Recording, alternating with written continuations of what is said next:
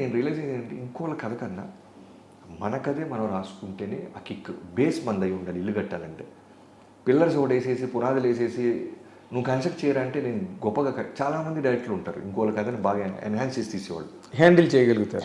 అది వాళ్ళ స్ట్రెంత్. అవును, ఎందుకంటే అయితే ట్యాగూర్ వినాయక్ గారు చేశారు కదా, 150 వినాయక్ గారు తీసినట్టు. అవును, అది బిగ్గెస్ట్ క్యాపబిలిటీ అది.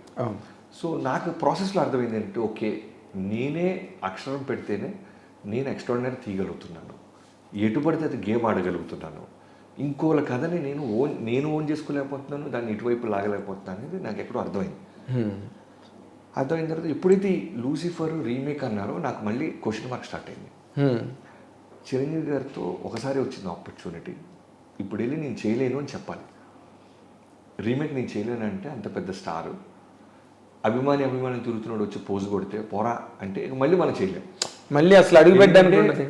ఎందుకంటే అప్పటికే ఆయన సైరా నరసింహారెడ్డి, ఓ పక్క ఆచార్య, కోటాల శివ గారితో పెద్ద పెద్ద డైరెక్టర్తో పనిచేస్తున్నారు. రన్నింగ్లో చాలామంది డైరెక్టర్లు వరుసలో ఉన్నారు. ఆయన కథలు చెప్పడానికి ట్రై చేస్తూ నాకే తెలుసు, మార్కెట్కి తెలుసు. ఏంట్రా బాబు ఈ కన్ఫ్యూజన్ అని 2 days నరకం అనిపించాను. తర్వాత మా వాళ్ళందరూ నీ మనసుకి ఏది అనిపిస్తే చెయ్యి, రేపు పొద్దున మళ్ళీ మనల్ని బ్లేమ్ చేయకు, నీకు అనిపిస్తే చెయ్యి, హానెస్టీగా చెప్పేసి ఏమవుద్ది అని ఇంకా ఫైనల్గా ఫిక్స్ అయ్యి 2 days తర్వాత చిరంజీవి గారి ఇంటికి వెళ్ళాను. ఎక్కుతూ నా స్క్రీన్ సేవర్లో మా మదర్ ఫోటో ఉంటుంది. మ్యాక్సిమం కష్టం సుఖం చేసే ముందు దాన్ని అలా చూసుకుంటా. ఓకే, మా అమ్మగారి పేరు ఇందిరాగాంధీ. చూడు ఇందిరమ్మ వెళ్తున్నా, పెద్ద ఆయన కిందకు వస్తారు, ఇప్పుడు నేను చేయలేకపోతున్నాను, ఇది చేయలేనని చెప్పబోతున్నాను, ఇంకా రిజల్ట్ దేవుడి మీద వదిలిపెడతామని వెళ్ళి కూర్చున్నాను. కరెక్ట్గా ఆయన 4కి రమ్మన్నారు. నేను 3:45 కల్లా అక్కడ ఉన్నాను. ఎగ్జాక్ట్ 5 minutes to 4 చిరంజీవి గారు వచ్చారు. రాగానే వచ్చి కూర్చున్నారు, కాఫీ అది వచ్చింది. 150 films చేశారు కదా, ఆయనకి తెలుసు వచ్చినోడు ఏదో చెప్పడానికి ఇబ్బంది పడతాడని పట్టేశాడు ఆయన. సినిమా టాపిక్ తప్ప అన్నీ మాట్లాడతాడు ఆయన. లూసిఫర్ చూసామనే తప్ప మిగతా అన్నీ మాట్లాడతాడు చిరంజీవి గారు. అది మళ్ళీ మీకు అగ్గిన పరీక్ష. ఒక 7 minutes 10 minutes అటు ఇటు నడిచిన తర్వాత సార్ అది లూసిఫర్ చూసాను సార్. చూసావా, ఏంటి బాగుందా, ఏంటమ్మా సార్, మంచి సినిమా సార్, కాకపోతే నాకెక్కడో మంచి సినిమానే మేము చేస్తున్నాం, నిన్ను మంచి చేయడం చెప్పమన్నట్ల, నీకు ఓన్ అయిందా ఓన్ అవ్వలేదా, direct straight to the point రా అన్నారు. Point blank straight to the point రా అని మళ్ళీ టెన్షన్. సరే బ్రీత్ తీసుకుంది, సరే ఏం లేదు, నా కథలైతే నేను చాలా బలంగా తీయగలను అని మీకు చెప్పింది చెప్పాను. సర్దార్ గబ్బర్ సింగ్ ఇష్యూలో నేను స్ట్రాంగ్గా హిట్ కొట్టలేకపోయాను స్క్రీన్ మీద, నా కథ కాకపోవటం వల్ల. వెంకీమమ్మ కూడా హిట్ కొట్టిన నాకు తృప్తి లేదు. ఒక వెంకటేష్ గారు, నాగ చైతన్య మీద హిట్ అనే పేరేంటి, భారీగా రీసౌండ్ రావాలి కదా, పైగా జైలుకి వచ్చిన తర్వాత చేస్తున్నాను కదా నేను. సో అక్కడ నాకు అర్థమైంది సార్, ఇంకోళ్ళ ఇంటిని నేను మాడిఫై చేయలేను సార్. మేబీ ఆ చేసే వస్తుందేమో కొన్నాళ్ళకి మెచ్యూరిటీ, నాకు ప్రస్తుతానికి తెలియదు sir, to be honest with you. పైగా మేజర్గా నేను చూస్తున్న చిరంజీవి దాంట్లో కనపడలేదు సార్ అన్న. ఆ మాట ఆయన పట్టుకున్నాను. నువ్వు చూస్తున్న చిరంజీవి ఏంటి అన్నాడు. ఇలా సార్ చిన్నప్పటి నుంచి చిరంజీవి అంటే ఒక బీటీ, గరగమూడు, గ్యాంగ్ లీడర్, ఒక స్వాగ్, ఒక ఎంటర్టైన్మెంట్, గోల, సరే వదిలేసి దాని గురించి డిస్కషన్ వద్దు, దానికి చాలామంది ఉన్నారు. నీకు ఊరికే రైటరు కదా, నువ్వు ఏదైనా ఓన్ చేసుకుంటావు అని అడిగాను తప్ప నాకు చాలామంది ఉన్నారులే బాబీ, దాని గురించి వదిలేసి అన్నారు. అనేసి తర్వాత ఏంటి ఇంకా అర్థమైంది, ఇక లేదు మనం చిరంజీవి గారితో మనతో ఏం చేయడానికి ఫిక్స్ అయిపోయాడు. అయిన తర్వాత బయటకు వస్తున్నప్పుడు సార్ ఒక ఫోటో తీసుకుంటాను మీతో అన్నారా. ఫోటో తీసుకుంటూ మీ నాన్నగారికి చెప్పు, ఇలా సినిమా వస్తే నేను చూస్తున్న చిరంజీవి లేడు అన్నావు అన్న తర్వాత, ఇంతకు నువ్వు చూస్తున్న చిరంజీవి ఏంటయ్యా, ఏం చెప్తుంటాడు అతను, నువ్వు చూస్తున్న చిరంజీవి ఎప్పుడు చెప్తావా కదా అన్నారు. అది ఆయన గొప్పతనం. జనరల్గా నేనైతే ఇప్పుడున్న చిన్నపాటి స్థాయిలోనే ఎవరికైనా ఒక అవకాశం ఇస్తే వాడు గంతులేస్తాడు అనుకుంటే, వాడికి అవకాశం ఇచ్చిన తర్వాత మీరు ఇచ్చిన అవకాశం నాకు నచ్చలేదు, నేను ఇంకొక ఆపర్చునిటీతో వస్తాను అంటే నేను ఇమీడియట్గా వాటితో ఇంత ఎర్లీగా అయితే వాడికి నేను అవకాశం ఇవ్వను.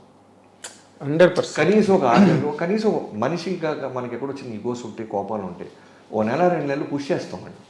అవునా కలుద్దాం రా, రే తమ్ముడు కలుద్దాం రా, ఎంత గుడ్ ఇంప్రెషన్ ఉన్నా ఏది ఉన్నా సరే, అరే నువ్వు ఇప్పుడు నా కింద పనిచేసి చిన్న బాయ్ కూడా ఉన్నాడు, ఆయన పిలిచి అరే నా బ్యానర్లో నువ్వు సినిమా చేయరా అంటే అది గంతేస్తాడనే సమ్మర్ సాల్ట్ వేస్తాడని నా విజువల్ ఉంటే, మీరు ఇచ్చారు బట్ ఇది కాదు, నేను ఒక కథతో వస్తానంటే ఎలా ఉంటుంది నాకు. సో ఆయన వెళ్ళే ముందు నువ్వు చెప్తున్న చిరంజీవి ఏం చేస్తాడో చెప్పవా, దాని సంగతి చూస్తానన్న. చెప్తాను సార్, ఒక 20 రోజుల్లో అలా వస్తానన్న. కట్ చేస్తే కరెక్ట్ 18వ రోజు మెసేజ్, 2 days ఉంది నీకు ఇంకా అని చిరంజీవి గారి దగ్గర. బా సో 20 రోజులు నాకు నా టీంకి అగ్ని పరీక్ష. ఎందుకంటే అది నేను హ్యాండిల్ చేయలేకపోతున్నా అని చెప్పి వచ్చా. నా చిరంజీవి అది కాదని ఇది కాదని తొడగొట్టు వచ్చావు. నీ చిరంజీవి ఎవరైనా ఆయన అడిగారు 20 రోజుల్లో వస్తాడు మా చిరంజీవి అని చెప్పి. ఇప్పుడు ఖచ్చితంగా మామూలుగానే చూసే చిరంజీవి గారు భూతత్వంతో చూస్తాడుగా 100%. అంటే లూసిఫర్ లాంటి సినిమా బాగుంటుందని మేము కొంటే నువ్వేంటారు బిల్డప్ ఇస్తావు అనే దాంతో భూతత్వం చూసి మనం దొరికేస్తాం. అవును. ఫైనల్గా 20 days తర్వాత వెళ్ళి ఏదైతే ఇప్పుడు మీరు చూసారో ఆ ఇంట్రడక్షన్ ఉండేది. ఓ సముద్రపు దొంగ ఒక ఓడెళ్తుంటే అలా తాళ్ళేసి రోప్ ఎక్కి అలా ఒక బ్యాచ్. ఫస్ట్ నేను చెప్పిన విజువల్ ఏంటంటే సముద్రం మీద ఒక ఓడెళ్తుంది, కోస్టల్ గార్డ్స్ని లాక్ చేసి తీసుకెళ్తున్నారు, సరుకు ఏదో ఉంది, వెళ్తుంటే చిన్న పడవలు వచ్చి రోప్స్ అలా పడి బ్యాక్ షాట్ పెడితే తడుచుకుంటూ అలా ఎక్కుతున్నాడు. ఇతనితో పాటు ఒక 7 సుబ్బరాజు గారు, ఒక బ్రహ్మాజీ ఇలాంటి ఒక బ్యాచ్ ఎక్కి దూకారు. ఆ ప్లాట్ఫామ్ డెక్ మీదకి వెళ్ళి ఒక ఫైట్. ఇలా చెప్తున్నప్పుడు ఆయన మెల్లగా కళ్ళు అలా చూస్తూ ఎక్కడో నచ్చింది అనేది అర్థమవుతుంది ఆయనకి. లుంగి గింగి కట్టి చిన్న పిండి అలా వాళ్ళ ముందే మడతేసుకుంటూ చేతిలో నోట్లోంచి ఒక కత్తి తీసి చిన్న మూమెంట్తో డ్యాన్స్ వేసుకుంటూ ఫైట్ చేస్తాడు. ఇలా చెప్పుకుంటూ ఫస్ట్ హాఫ్లో ఒక 15 సీన్లు, సెకండ్ హాఫ్లో ఒక 10 సీన్లు చెప్పారు. అడ్జస్ట్ చేసి పోగేసి ఒక 50 నిమిషాలు చెప్పగలిగి మధ్యలో ఒక అరగంట తర్వాత నేను చేసిన తప్పు ఏంటంటే, నువ్వు ఏ టైం కంఫర్ట్ అంటే 3 o'clock అన్నా.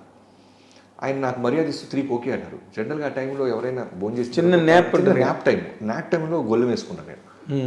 ఆయన వింటూ మెల్లగా ఆ పెద్ద గుడ్లు అలా చిన్న మోదపడతలే.